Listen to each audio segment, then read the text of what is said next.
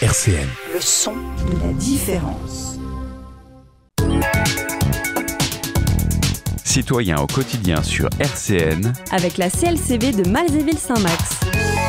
Sylvie Gruy, Christian Saquet. Bonjour chers auditeurs, bonjour Christian. Bonjour Sylvie. Bonjour Jean-Luc, notre technicien. Et bonjour à Jean-Luc aussi. Voilà, tout le monde dit bonjour à Jean-Luc. Avant de commencer notre émission, on voulait faire un petit coucou à l'un de nos bénévoles qui a eu un petit pépin de santé ces derniers temps. Et on voulait souhaiter donc à Gaston, puisqu'il s'agit de Gaston qui est bien connu aussi sur le plateau de Haye. On voulait lui souhaiter un prompt rétablissement et on voulait lui dire qu'on l'embrassait très fort. Super, voilà. Il va être content. Voilà, il faut juste lui dire qu'il écoute bien l'émission pour qu'il entende notre petit... mais il écoute. Voilà, et qu'il écoute bien notre petit coucou. Voilà, donc rétablis-toi bien Gaston et reviens-nous vite. Aujourd'hui, Christian, tu nous proposes un sujet sur un thème qui t'est cher, c'est l'eau. Et de pouvoir aiguiller aussi nos auditeurs avec la question « Que puis-je boire ? Est-ce que je bois plutôt de l'eau en bouteille ou de l'eau du robinet ?» Eh bien, c'est la grande question que se posent les consommateurs. Et nous sommes tous consommateurs. Qu'est-ce que je peux boire comme eau ? De l'eau du robinet ou de l'eau en bouteille ? C'est une question récurrente que nous avons chaque fois que nous animons un bar à eau. D'abord, la première question qui se pose, c'est qu'est-ce que c'est qu'un bar à eau ? Avec tout de suite tes grands yeux d'interrogation. Voilà. Alors, tu vas nous expliquer, c'est quoi un bar à eau ? Comment, voilà. Effectivement, c'est la question. Donc, quand on dit qu'on fait des bars à eau, on nous demande toujours, mais qu'est-ce que c'est ? Des grands yeux. Voilà. Alors, il n'y a pas forcément toujours les grands yeux, mais quand même, les gens se posent la question. Eh bien, un bar à eau, c'est simplement une dégustation à l'aveugle de 3 eaux. De l'eau minérale de notre région, une eau de source de préférence de notre région et de l'eau du robinet, là précisément de la métropole du Grand Nancy, quand nous sommes sur ce territoire. Voilà, c'est vrai que si on allait sur un autre territoire, on essayerait de s'arranger pour avoir de l'eau de ce territoire. Exactement. Ah oui, parce que sinon ça n'a pas de sens. Voilà, ça n'a pas grand sens. Alors, il faut savoir que ce bar à eau, c'est un prétexte pour parler de l'eau en général, mais surtout comme nous sommes une association de défense des consommateurs et des locataires, de la qualité de l'eau et du prix de son service. Car, je le rappelle, l'eau est un bien commun. Donc on ne doit pas vendre de l'eau s'il n'y a pas de service. Voilà. C'est bien un service qui est autour de l'eau que nous payons. Et ces services que nous payons quand on paye de l'eau, c'est quoi ? Il y a l'assainissement, il y a tout ça ? Il y a l'assainnement, il y a l'apport de l'eau chez moi. Il y a aussi l'entretien des canalisations, c'est tout le service qu'il y a autour. Tout, voilà, c'est pas seulement la matière première, eau, c'est vraiment tout ce qu'il y a autour. Oui, et puis il y a un service administratif. Voilà. Oui, en fait, c'est vrai qu'on n'y pense pas toujours, mais il y a de l'administratif derrière. Alors, la métropole du Grand Nancy vient justement de se pencher sur les questions que nous rencontrons toujours lors de nos animations.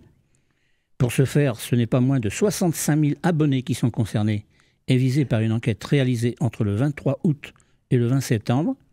Donc c'est une enquête sur la perception, les usages et la préservation de la ressource en eau.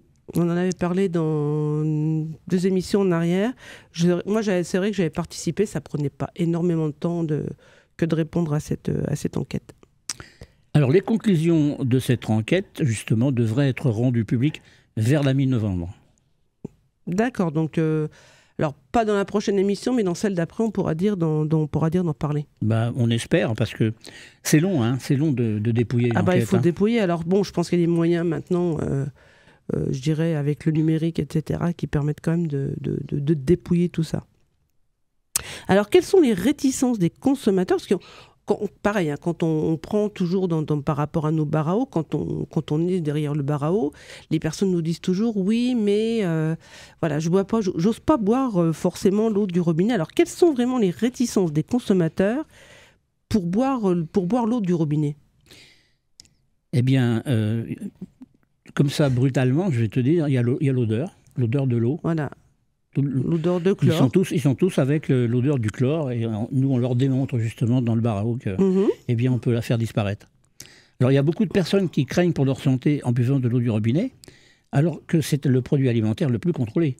Il y a aussi ça. Il faut savoir que dans leur tête, c'est ma santé. Voilà. Alors pas moins de 62 critères contrôlent en permanence la qualité de l'eau distribuée et tout le monde peut aller consulter. sur https santé-et-environnement au pluriel, oui, et encore de nouveau au, mais au singulier. Ou bien, tout simplement, sur www.santé.gouv. Et là, on récupère sur ce site-là, on récupère vraiment les analyses au fur et à mesure. Ah, on récupère tout. Voilà. Et c'est pas seulement une analyse, un bilan sur une année, c'est vraiment au fur et à mesure qu'elles sont faites. Alors, quand on fait www.santé.gouv, il y a des onglets. Il faut aller sur l'onglet Santé et Environnement, puis la rubrique Eau du robinet, pour connaître la qualité de l'eau dans sa commune. Je ne vais pas vous énumérer tous les critères, puisque vous y avez accès en allant sur ce site. Cela vous permet d'accéder directement aux résultats du contrôle sanitaire réalisé par les agences régionales de santé, ainsi qu'à des informations plus spécifiques sur certains paramètres. En allant sur ces sites-là, toutes les personnes, tout le monde, toute la France peut aller. Ah oui, moi je l'ai fait, j'ai déjà, et on peut aller consulter l'eau de, je sais pas, je dirais de Mulhouse, la Clusaz, je ne sais trop. Voilà. Oui, on a vraiment accès à toute. Absolument. Quel que soit le lieu où on habite, on a accès à toute la qualité de l'eau sur tout le territoire français. Donc pour les allégations qu'on rencontre souvent dans des bars à eau, qu'il n'y a pas de contrôle, c'est pas vrai. On raconte quand on sait ce que ça représente comme travail, justement ces contrôles. Voilà. Ça nous fait un peu fâcher. Voilà. Oui, enfin, bon, quand ça ne fait que nous fâcher, ça ne me dérange pas. Quand on vient m'agresser, ça m'arrange. Parce que ça arrive. Parce que c'est arrivé, il n'y a pas si longtemps que ça, un faux furieux qui est venu nous insulter et nous agresser. Voilà. Alors, est-ce qu'il faudrait peut-être qu'on explique donc à nos auditeurs comment nous on procède quand on décide de faire un bar à eau, comment on l'organise, comment on prépare aussi, voilà, comment on Oui, c'est fait important parce que c'est vrai que quand on parle d'un bar à eau, la plupart du temps, justement, on nous dit où est le pastis. Voilà, où est le pastis. Alors, on nous dit, je préférerais un bar à vin, un bar à bière. C'est plus cher. Ou comme l'eau est transparente, on nous parle de vodka, d'eau de vie, de Mirabelle. Voilà. De Mirabelle. Donc non, il n'y a pas tout ça. Tu vas nous l'expliquer. Alors c'est extrêmement simple. Nous avons 3 bouteilles sans aucun signe distinctif, sauf numérotées de 1 à 3, en verre. Et nous faisons goûter alternativement les 3 eaux qui ont été mises au réfrigérateur depuis au moins 24 heures pour être à la même température. Voilà, ça c'est important aussi. Ça c'est la première chose qui est importante. Et donc j'insiste, dans des bouteilles en verre. Les bouteilles d'eau de source et minérale sont bouchées, mais les bouteilles d'eau du réseau eau du robinet ne le sont pas, pour que l'odeur éventuelle de chlore, justement, disparaisse. Voilà, pour décanter l'eau, quoi. Alors là, pendant la dégustation, il y a des fois des discussions qui s'engagent, on va en parler après. Après la dégustation, chaque goûteur exprime son ressenti sur un questionnaire en désignant le numéro de la bouteille dans laquelle il pense que se trouve l'eau du robinet. Et même chose pour l'eau minérale et l'eau de source. Voilà. Souvent, les personnes qui boivent de l'eau du robinet font erreur parce qu'ils boivent l'eau du robinet chez eux directement après l'avoir tirée. On va au robinet, on tire l'eau. Voilà, comme je fais. Oui, je ne fais pas décanter. C'est aussi pour ça que dans la métropole, on peut dire que l'eau de chlore, l'eau qui est chlorée, on ne sent pas trop. Hein, non, vraiment... après en plus, c'est vrai que c'est de vraies habitudes. Hein. Alors c'est souvent à ce moment-là que nous parlons de la qualité de l'eau, mais aussi justement du prix de l'eau. Alors ce qu'il faut dire, c'est que nous, on l'a toujours d'affiché. Quand on fait nos bars à eau, on a toujours une affiche avec le prix justement des eaux qu'on propose à la dégustation. On a le prix du mètre cube de l'eau du robinet, le prix du mètre cube de l'eau de source et le prix du mètre cube de l'eau minérale. C'est après qu'on fait après qu'on voit le prix au litre. Voilà. Alors justement, est-ce que tu peux toi nous en parler justement des écarts de prix qu'il y a entre l'eau du robinet et l'eau de source et l'eau minérale? Alors, et c'est vrai qu'il y a beaucoup d'écarts entre le prix de l'eau du robinet et puis les eaux en bouteille. Vous avez par exemple le prix... Je te vous vois tout à coup. Ouais, mais là, non, parce qu'en fait, tu parles aux auditeurs et ils sont nombreux. Donc tu ne les tutoies pas, tu les vous vois tous. Vous avez le prix, vous avez le prix du mètre cube au robinet de la métropole qui est à 3,98 €. Soit il faut bien, j'ajoute, j'insiste, c'est 3,98 € pour 1000 litres d'eau. Voilà. Arrondissons à 4 € pour faire des comparaisons. Alors, pour 1 €, vous avez combien de litres d'eau? Voilà, donc en fait, si on part 1000 litres, 4 €, et bien pour 1 €, on a quand même 250 litres d'eau. Voilà. Alors, l'autre source que nous utilisons est pratiquement la moins chère, est à 13 centimes le litre. Mais ça représente quand même 130 € le mètre cube. Donc 130 € pour 1000 litres. Pour 1000 litres. Voilà. Et puis... Alors, comparé à au-dessus, qui était à 4 € le mètre cube, là, on passe carrément à 130. C'est ça. Donc, pour 1 €, et vous n'avez plus du tout autant d'eau. Vous n'avez que 7,8 litres d'eau. Là, on a nettement baissé quand même. De 250 à 7,8. Voilà. Quant à l'eau minérale, on prend l'eau la moins chère pratiquement du commerce. De ce qu'on peut trouver en supermarché. Qui est à 0,45 €. Ça fait quand même 450 € le mètre cube. Voilà. Donc 450 € les 1000 litres. Pour les 1000 litres. Donc pour 1 €, vous avez combien d'eau? On a 2,23 litres d'eau. Et c'est vrai que le distinguo, il est énorme parce qu'en fait, on passe de 250 pour le même prix. Pour 1 €, on passe de 250 litres pour de l'eau du robinet à 7,8 litres pour de l'eau de source. Et là, c'est l'eau de source qui est le plus vendue. Je ne vais pas donner son nom parce que je ne vais pas en plus lui faire de la pub. Mais c'est l'eau de source qui est le plus vendue en supermarché. Et on passe à moins de 2,50 €, enfin moins de 2,5 litres pour de l'eau minérale. Donc on est vraiment, c'est vraiment énorme, quoi. Hein. Oui, les chiffres parlent d'eux-mêmes. Hein.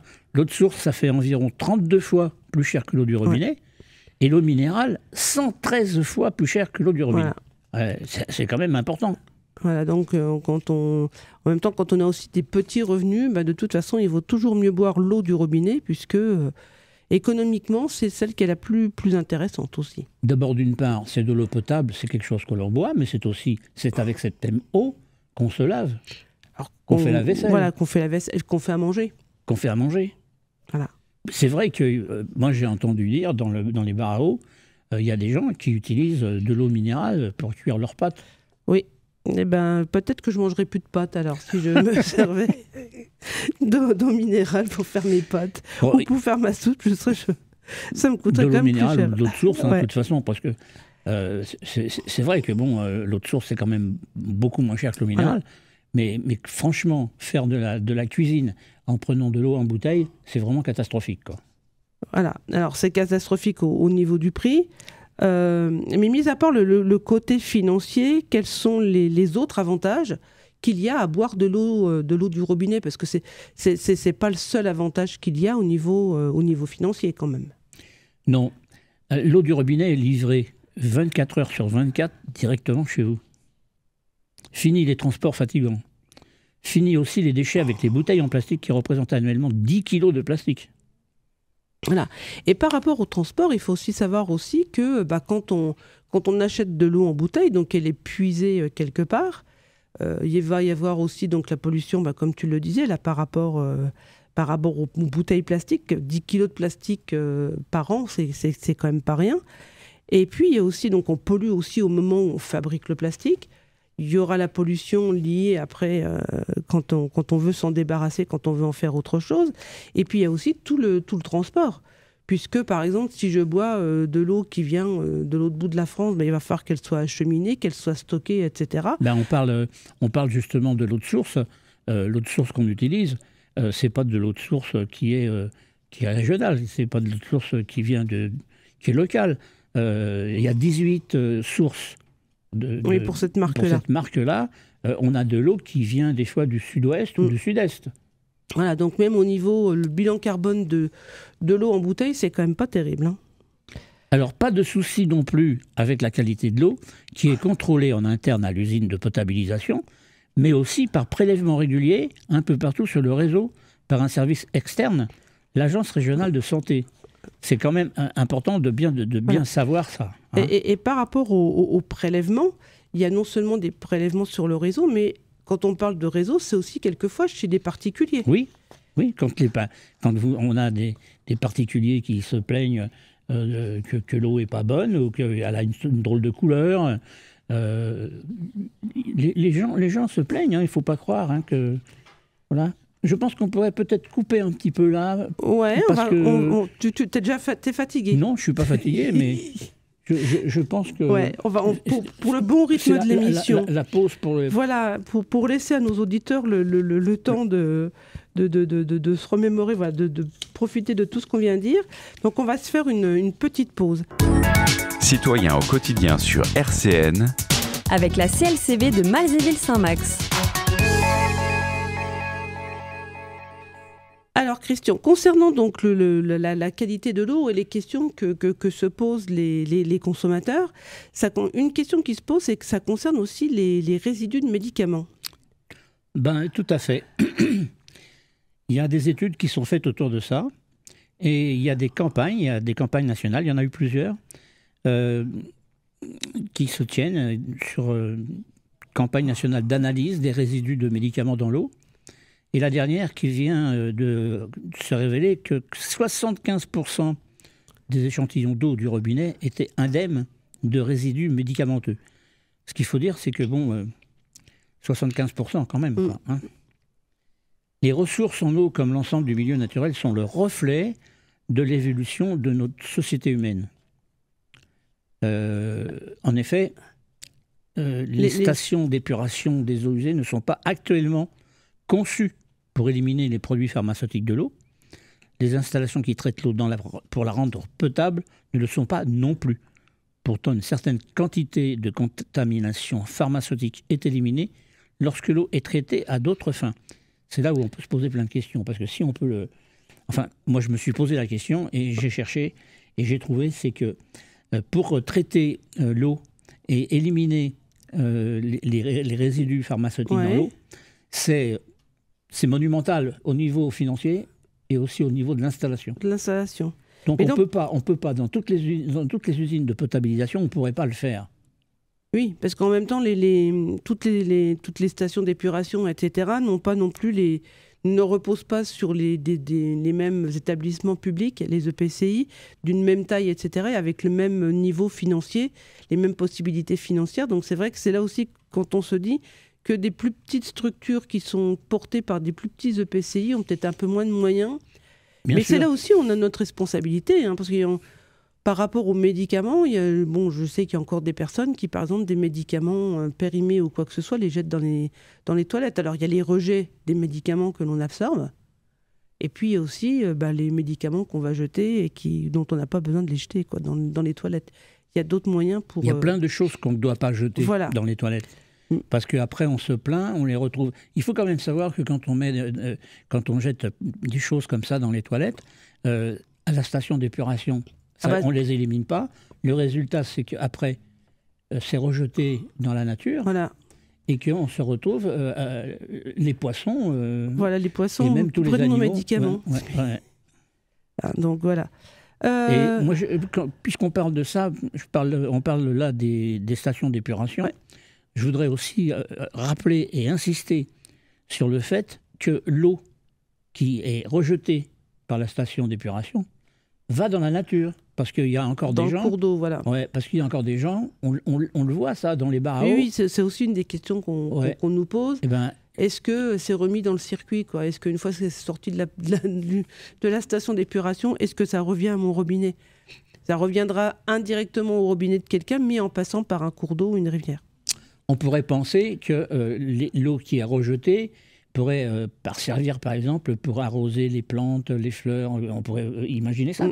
Ou pour abreuver les animaux de ferme. Par contre, c'est vrai que ce qui sort de la station d'épuration, tout ce qui va être les boues, etc., c'est également comme traité pour pouvoir servir d'engrais. Voilà, donc il y a vraiment... je pense que si les gens sont intéressés par ça, par le circuit de l'eau, il y a régulièrement à la station d'épuration des visites. Mais écoute, ici, on ne l'a pas fait depuis que je suis ici là. Depuis 10 ans. Depuis 10 ans. On ne l'a pas fait, mais quand j'étais en Bretagne, le jour le jour qui est internationalement la journée de l'eau. C'est le 22 mars. C'est le 22 mars. J'organisais justement des visites de la station d'épuration Mais là, il y de a l'anion. voilà, là, il y a quand même d'autres structures qui le font. Et je sais que par exemple, même des fois pour les CPIE Voilà. qui a organisé ça. qui organise ça avec. Et je trouve que c'est très bien parce que le CPIE est une association vraiment qui fait du gros travail. Voilà. Donc, quand il y a ces visites, on visite pas tout, mais on visite déjà un certain nombre de choses, et puis on a un certain nombre d'explications, notamment par rapport au traitement, enfin comment sont retirées les graisses, les trucs, enfin tout ça. Oui, quoi. moi je crois que je trouve que C'est c'est vraiment bien. très complet. C'est une visite qui est pour moi nécessaire à la bonne compréhension. Voilà. Alors l'eau du robinet contient une variété de minéraux bénéfiques pour la santé. Ces minéraux tels que le calcium, le magnésium, le potassium et le sodium sont essentiels au bon fonctionnement de notre organisme. Voilà.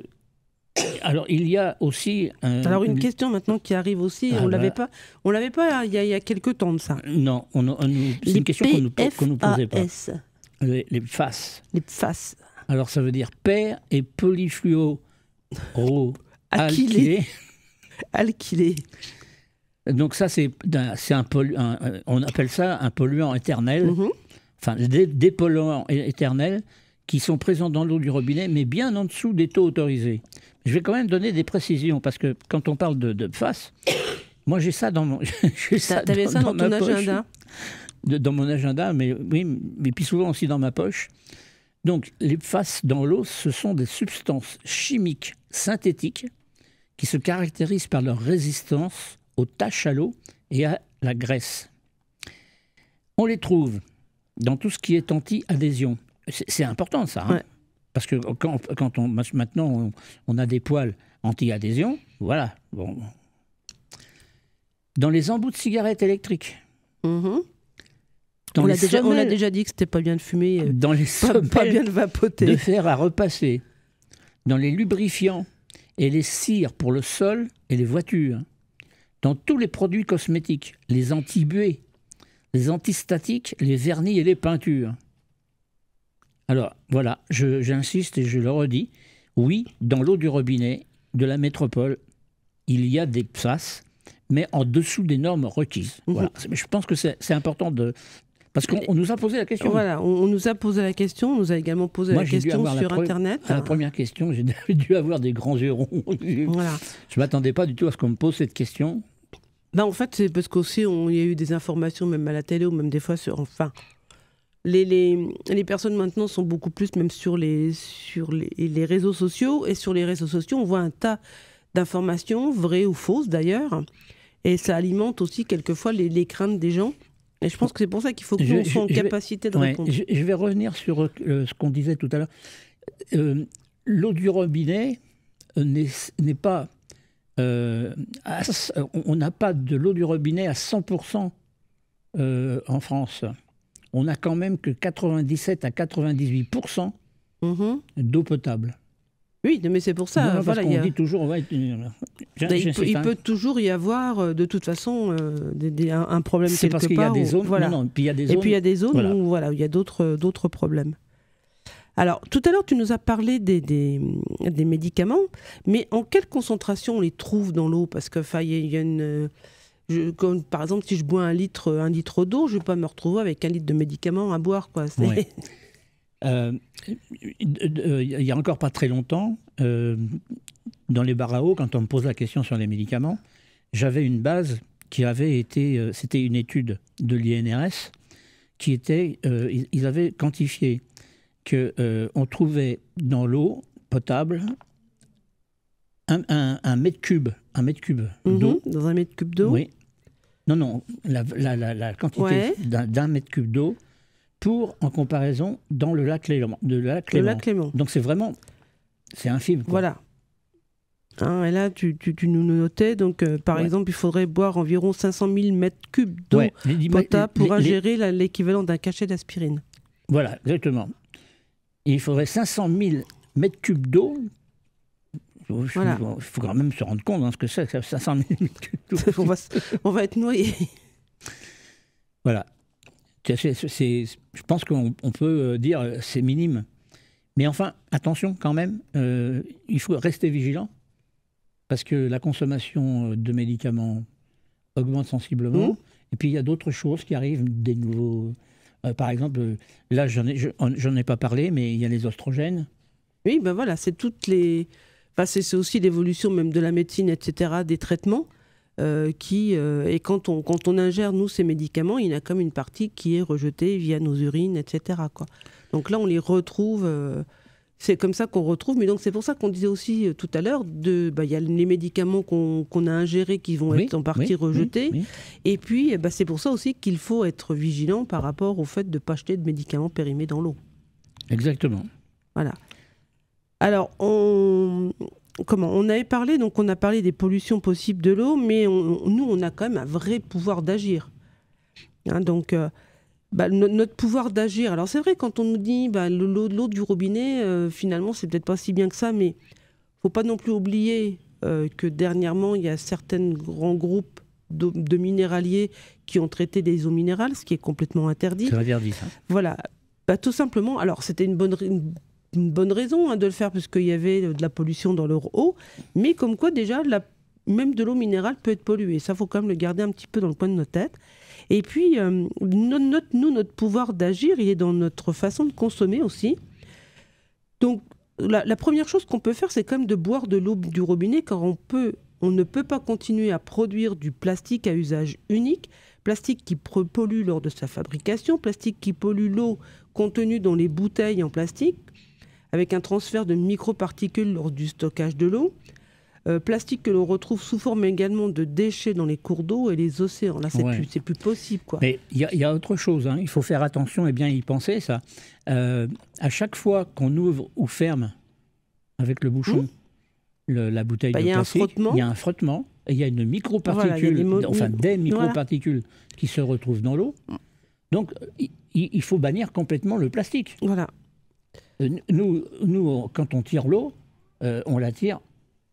On tire l'eau du robinet, on la met dans des bouteilles en verre. Ouais. Ça, tout le monde peut dire de le faire, qu'on peut toujours dire de récupérer. Et même en plus, maintenant, on trouve aussi dans le commerce des très jolies bouteilles. Ou des carafes. Ou des carafes, ou de très jolies bouteilles d'eau. Il ne faut pas boucher. Voilà. Il faut que l'eau respire, justement, pour que l'odeur du chlore s'évapore. Voilà, donc nous, on la garde comme ça dans des bouteilles en verre. L'autre possibilité qu'on a aussi pour agir pour l'eau, c'est de ne pas jeter tout et n'importe quoi dans les toilettes. Donc on a parlé des médicaments. Donc c'est valable pour les toilettes, mais les regards d'eau pluviale aussi. Parce que les regards, l'eau qui passe, qui va s'écouler quand il pleut, qui va partir dans les canalisations d'eau pluviale, se retrouve aussi quand même dans l'eau qui va devoir être traitée. Qui va à la station d'épuration. Voilà, qui va à la station d'épuration. Alors, donc, ce qu'on ne doit pas mettre, c'est par exemple, on le disait, les médicaments, mais c'est également les litières pour chat, les lingettes. Alors là, les lingettes, c'est une catastrophe dans les stations d'épuration. Ça fait des bouchons, ça se coince dans les grilles et tout.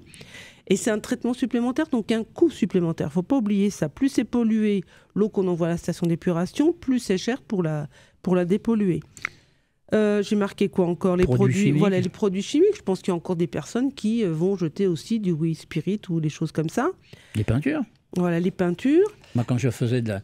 je m'accuse de choses que j'ai fait. On a tous fait des choses qu'il ne faudrait plus faire maintenant. Quand j'étais à Roanne, on faisait beaucoup de sérigraphie et les résidus de peinture, ils partaient dans les eaux usées. Pour ça, je parle du White Spirit, mais parce que tout le monde l'a fait. Des restants de nourriture. Alors, les restants de nourriture ne vont pas polluer de la même manière que du White Spirit, mais ça n'empêche que, d'une part, ça bouche aussi des canalisations, et ce n'est pas non plus le but d'envoyer à la station d'épuration des restants de nourriture. Si je parle de restes de nourriture, c'est parce que nous, dans nos locaux, je suis un jour tombée en allant aux toilettes, en ouvrant la lunette des toilettes, sur un os de poulet.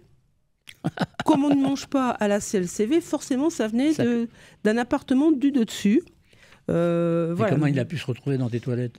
Parce que je pense qu'il est remonté il est descendu dans la canne. Voilà. Mais bon, ça fait bizarre quand même. Hein. Oui, c'est pas quelqu'un qui mangeait. C'est pas quelqu'un qui est venu manger du poulet dans nos toilettes, non. Une action qu'on peut avoir aussi pour l'eau, pour avoir une eau de meilleure qualité, c'est de déposer dans les bacs d'apport volontaire le papier et le verre. Par exemple, la métropole, il y a un nombre incalculable de bacs d'apport volontaire pour le papier et pour le verre. Et ben, on met le papier et le verre là-dedans. On ne va pas le mettre non plus ni dans nos poubelles, parce que c'est pareil. Enfin, je veux dire, même nos poubelles, quand elles vont être incinérées, etc., ça crée de la pollution. Et la pollution, elle retourne aussi comme sur l'eau. Hein. On dépose aussi en supermarché les piles en... J'ai marqué 2 fois les piles, les ampoules, parce que les piles qui vont traîner aussi même dans la nature ou quoi que ce soit, ça pollue. Et il y a quand même un sacré nombre de polluants. Les piles, c'est souvent qu'on en voit qui sont jetées n'importe où. Hein. Voilà, qu'on va retrouver dans la nature. Alors on peut même les ramasser. Hein. Si on va se promener dans la nature et qu'on trouve des déchets dangereux, etc., on peut les ramasser, les mettre dans un sac et on les jette proprement. Si on est quelqu'un qui a à cœur notre environnement. Et enfin, c'est d'apporter en déchetterie tout ce qui peut être recyclé, valorisé. Parce que c'est pareil, tout ce qui va être revalorisé, c'est aussi des déchets ultimes qu'il n'y aura pas.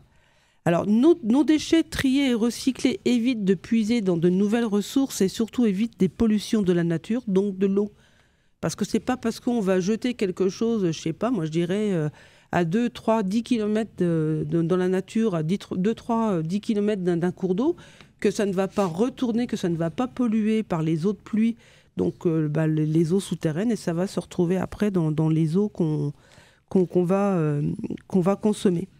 Alors moi, je voulais aussi donner une information à nos auditeurs, c'était qu'ils peuvent se rendre, alors que ce soit pour consulter des choses concernant les déchets, mais également c'est aussi valable pour l'eau.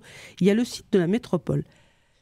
Il y a un onglet qui s'appelle Vivre et habiter. Et après, en sélectionnant donc déchets, on trouve vraiment une information complète concernant les déchets, sur les dangers de tel déchet, ce qu'il faut en faire, jeter moins, trier mieux, les adresses des déchetteries, etc.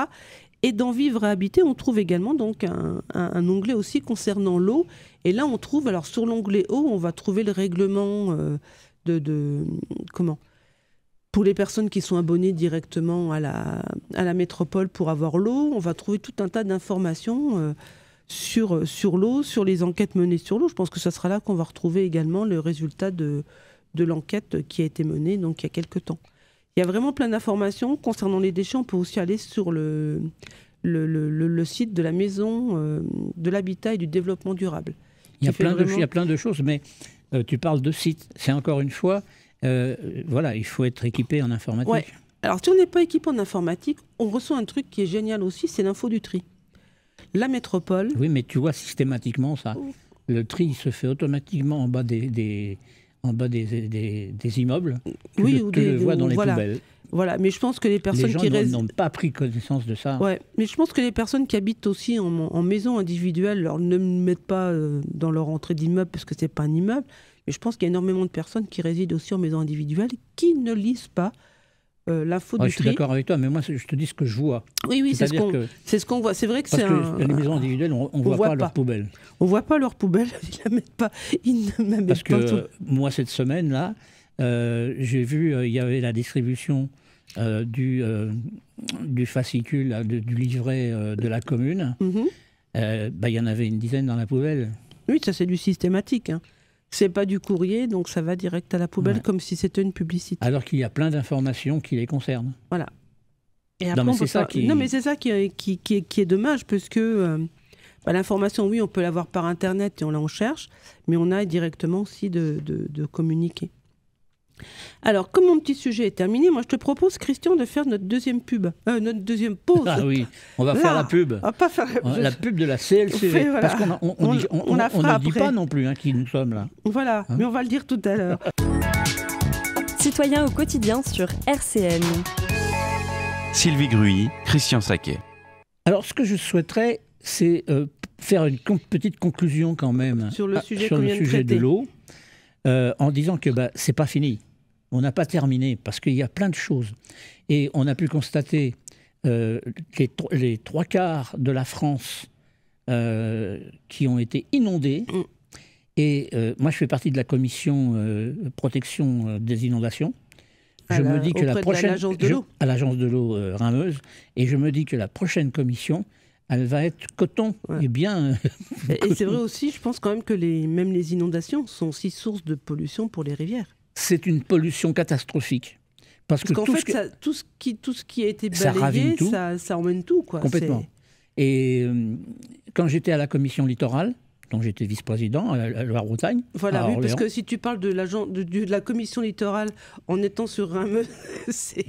Bah oui, mais c'était comme ça. Et franchement, on peut constater que tout ce qui arrive en mer, ça vient de la terre. Bah oui. Non, mais les gens n'y pensent pas, ça. Tout est embarqué. C'est pour ça que je disais tout à l'heure, la responsabilité qu'on a. Les mégots, c'est une catastrophe. Voilà. Et oui, mais on a et les poissons, quand on parle des micro-particules de plastique, les poissons ingèrent ça. Voilà. Et donc, quand on mange du poisson, on mange des particules de plastique. Voilà. Donc, c'est pour ça que alors oui, il y a toutes les industries qui doivent s'améliorer, etc. On doit faire un maximum de choses de ce côté-là. Mais nous aussi, nous consommateurs, dans nos façons de consommer, dans notre façon de surconsommer, que ce soit même... l'habillement, etc., que ce soit quand on achète des produits emballés, etc., on a aussi notre responsabilité par rapport à l'eau, par rapport à l'environnement. Et l'eau, c'est quand même bien l'environnement de notre quotidien, quoi. L'eau, c'est la vie. Voilà. Oh, c'est bien dit, ça. C'est bien dit, oui. J'essaie toujours de bien dire les choses, mais franchement, il faut préserver l'eau, il faut respecter l'eau, et... S'il vous plaît, buvez de l'eau du robinet. Voilà. Nous, on en boit et voilà, Je dis toujours, moi, que quand des personnes me disent « Ouais, mais on n'est pas sûr de ce que ça donne », moi, je dis toujours, ma maman, 97 ans, a toujours bu de l'eau de robinet, donc ça ne doit pas être mortel quand même, parce qu'autrement, elle ne serait plus là.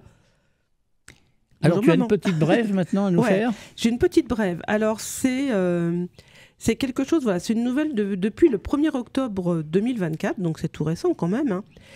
Tous les appels émis par les opérateurs du 18 ou du 112 sont identifiés par un numéro de téléphone 0800 112 112. Alors pitié donc, il en est de même pour les appels qui viennent du SAMU, de la gendarmerie, de la police. Si jamais on a contacté par exemple un de ces services-là et qu'ils n'ont pas pu nous répondre tout de suite, notre numéro, tout ça s'affiche, et ils nous rappellent. Donc ils nous rappellent via, et c'est ce numéro-là, 0800 112 112 qui va s'afficher sur notre portable, parce que la plupart des gens maintenant en ont un. Donc que faire en cas d'appel ? C'est de répondre à l'appel. Il ne s'agit pas d'un appel surtaxé ni d'un appel malveillant, mais c'est un appel d'un service d'urgence. Donc c'est un vrai appel, c'est urgent d'y répondre et de ne pas se dire voilà, je passe. Mais pourquoi on serait appelé personnellement par ce service-là ? Parce que par exemple, si on a contacté le service et qu'ils n'ont peut-être pas pu nous répondre, ah oui, d'accord, ou qu'ils ont besoin de nous rappeler ou quoi que ce soit, ils rappellent. Donc si on a manqué l'appel, parce qu'on peut ne pas avoir été juste à côté de notre téléphone, il faut rappeler le numéro, rappeler le service d'urgence qu'on avait contacté au préalable. C'est-à-dire que si on avait fait le 17, on va rappeler le 17. Si on avait fait les pompiers, donc le 18, on va faire le 18, etc. Important, donc les numéros pour contacter les sapeurs-pompiers, le SAMU, la gendarmerie et la police nationale restent inchangés. C'est-à-dire on ne va pas faire ce numéro 0800 pour les appeler eux. Les premiers numéros qu'on appelle, donc ça va être de faire le 15 pour le SAMU, le 17 pour la police, le 18 pour les sapeurs-pompiers et le 112.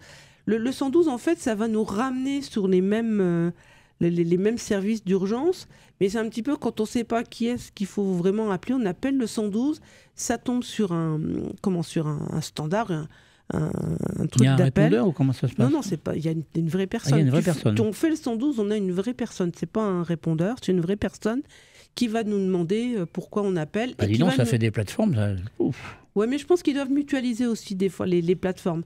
Au 112, je pense que quelquefois on peut trouver aussi bien quelqu'un du SAMU que de la police, etc.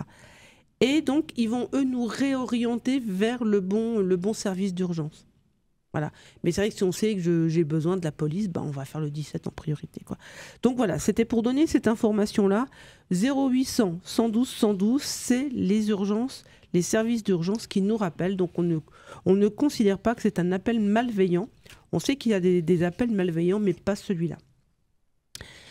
Tu vas nous parler, comme à chaque fois qu'on arrive on se dirige vers la fin de l'émission, tu vas nous donner un petit peu les contacts Il n'y a pas d'actualité, il n'y a Non, pas il y a plus pas. d'actu- Oui, c'est vrai, d'habitude, je fais l'agenda. Et ben là, il n'y en a plus. Enfin, il n'y en a plus. On est toujours actif. Hein, c'est pas, on ne s'arrête pas, on ne part pas en vacances jusqu'à l'année prochaine.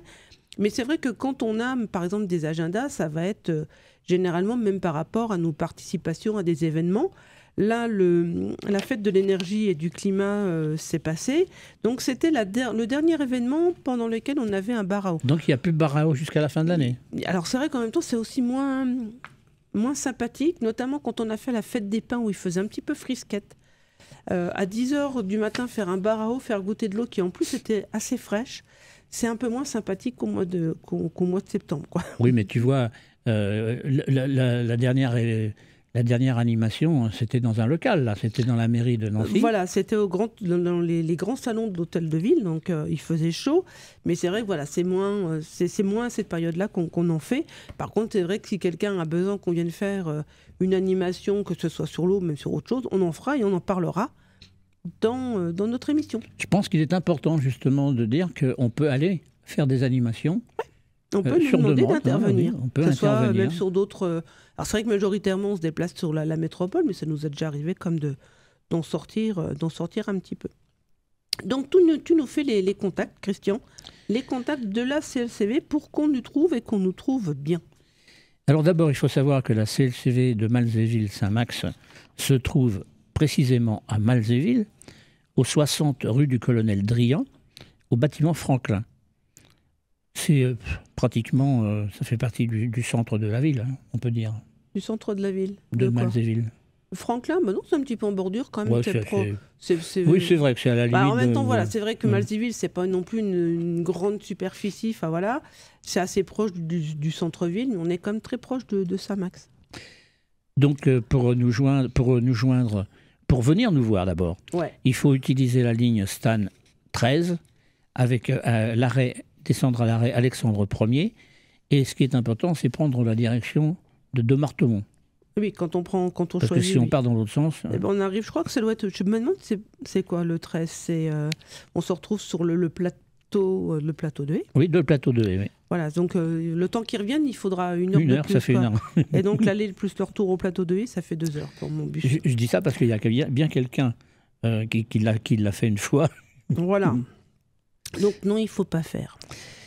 Donc, eh bien, nous avons des permanences sans rendez-vous. Elles ont lieu le mardi et le jeudi de 9h30 à midi, de 14h30 à 17h, et le mercredi de 14h30 à 17h. Voilà, donc ça fait 2 jours et demi de permanence. Ça, ce sont des permanences sans rendez-vous. Pour prendre rendez-vous, parce qu'on reçoit aussi. Voilà, on reçoit aussi sur rendez-vous pendant ces permanences ou en dehors des permanences d'ailleurs. Oui, alors il y a des moments où il faut prendre rendez-vous parce que les gens n'ont pas de possibilité de venir à ces heures-là. Et donc là, on prend des dispositions, on s'arrange. Pour ça, il faut nous contacter par téléphone au 03 83 29 10 96. Je redis, 03 83 29 10 96. On peut nous joindre aussi par email sur malzéville@clcv.org. Et puis, pour en savoir plus sur la CLCV, on peut faire le www.clcv.org. Alors, est-ce que tu me permets là de rajouter, parce qu'on a eu une petite nouvelle cette semaine. Donc la CLCV via son site internet, donc elle présente sur les réseaux sociaux, mais pas seulement avec un site internet, elle est également sur Facebook, sur anciennement Twitter, donc X maintenant, Instagram, YouTube, alors LinkedIn, et maintenant depuis vraiment très peu de temps sur TikTok. Donc ils progressent, ils essayent d'être un peu plus présents, et en tout cas sur un maximum de réseaux sociaux. Nous, par contre, on n'a qu'une page Facebook, parce que ça demande du temps quand même. Ah, ça demande du temps à mettre à jour. Hein. Voilà. Et puis, soit de créer les publications, oui. soit de partager les publications. Il y a un travail de recherche pour trouver ce qui est pertinent à partager avec les personnes qui nous suivent sur Facebook, quoi. C'est le moment aussi de dire que bien nous sommes toujours à la recherche de bénévoles. Voilà, mais comme beaucoup d'assos. Et là, par exemple, on parlait même des réseaux. C'est vrai que si on avait quelqu'un qui voulait travailler pour qu'on investisse aussi d'autres réseaux sociaux que Facebook, puisque Facebook, c'est quand même un petit peu, je dis pas vieilli, mais la jeune génération, elle n'est pas vraiment sur Facebook, elle est sur d'autres réseaux. Et ça pourrait être intéressant que nous, on y soit en tant que même association CLCV locale. Mais voilà, il faut aussi du monde parce qu'il faut créer du contenu et ça rajoute du travail. Et sur les bénévoles qui sont déjà au boulot à la CLCV, ça on rajouterait. On n'est pas là non plus pour faire du 50 heures semaine à la CLCV, quoi. Je voudrais profiter de ce moment pour rappeler à nos auditeurs l'objet de l'association. Ouais, rappelle-le. L'objet de l'association, c'est informer, conseiller et défendre les intérêts de l'ensemble des consommateurs et des usagers dans tous les domaines de la vie quotidienne et du cadre de vie. Je crois que c'est important d'insister là-dessus. C'est aussi favoriser la participation active des consommateurs et des usagers. Et puis, dans des cas bien précis, nous dénonçons des abus et agissons en justice en cas d'infraction et d'atteinte à l'intégrité des personnes et des biens. Voilà, donc ça, c'est beaucoup le travail de notre confédération à Paris, d'intervenir en justice. Oui, mais nous sommes un des bras. Voilà. De toute façon, s'il n'y avait pas de structure locale, il n'y aurait pas non plus de cette structure nationale qui est aussi en capacité de faire un certain nombre de choses. C'est important d'insister sur le fait qu'il y a, je crois, 396 associations locales voilà, donc sur le territoire national. Et en Guadeloupe. Sur le territoire maintenant qu'on appelle territoire hexagonal. Et on ne dit plus la métropole, c'est le territoire hexagonal. J'ai appris ça. Et puis on est présent donc en Guadeloupe, à La Réunion et en Guyane. Voilà. C'est les trois. Alors je ne sais plus comment on les appelle. C'est les territoires ultramarins. Voilà. Mais donc c'est sur ces trois territoires en dehors de l'Hexagone où nous sommes présents. C'est amusant parce qu'il y a eu un moment où il y avait une CLCV à la Martinique, mais maintenant il n'y en a plus. Voilà, il n'y en a plus. Et quand il y a une CLCV à la Guadeloupe qui était intervenue justement sur le prix, sur le prix des choses. Le prix des choses. Bah oui, c'est beaucoup plus cher. Ah bah oui, c'est sûr que... Et le président de la CLCV de Guadeloupe avait été un animateur très très fort de la contestation. De la contestation, oui. C'est vrai que oui, sur les îles, sur ces territoires-là. Voilà. Donc on arrive, là on est tout près de terminer. Moi je voudrais dire au revoir à nos auditeurs, leur dire à dans 15 jours, parce que notre prochaine émission sera dans 2 semaines. On remercie Jean-Luc pour la technique. Je te remercie toi aussi Christian pour cette co-animation de l'émission. Et je dis au revoir à tout le monde. À bientôt. À bientôt.